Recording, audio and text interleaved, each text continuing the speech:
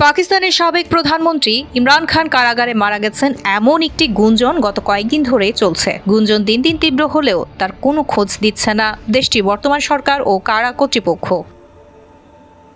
এছাড়া পরিবারের কোনো সদস্য তার সঙ্গে দীর্ঘদিন দেখা করতে পারেননি।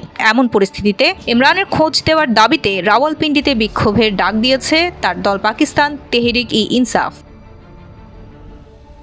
সাবেক পাক প্রধানমন্ত্রীর মৃত্যুর গুঞ্জনে সয়লাব হয়ে গেছে পুরো বিশ্ব।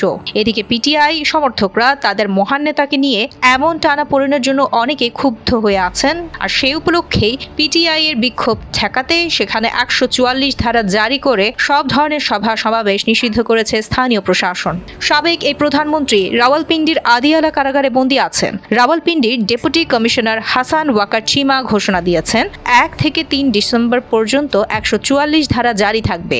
এর আওতায় যে কোনো ধরনের সভা সমাবেশ, জমায়েত, মিছিল, শোভাযাত্রা, বিক্ষোভ, জনসভা এবং ৫ বা ততোধিক ব্যক্তির অনুরূপ যে কোনো সমাগম নিষিদ্ধ থাকবে। পাশাপাশি সাধারণ মানুষের নিরাপত্তা, শান্তি ও স্থিতিশীলতা বজায় রাখতে এ সিদ্ধান্ত নেওয়া হয়েছে বলে সরকারি ঘোষণায় জানানো হয়েছে।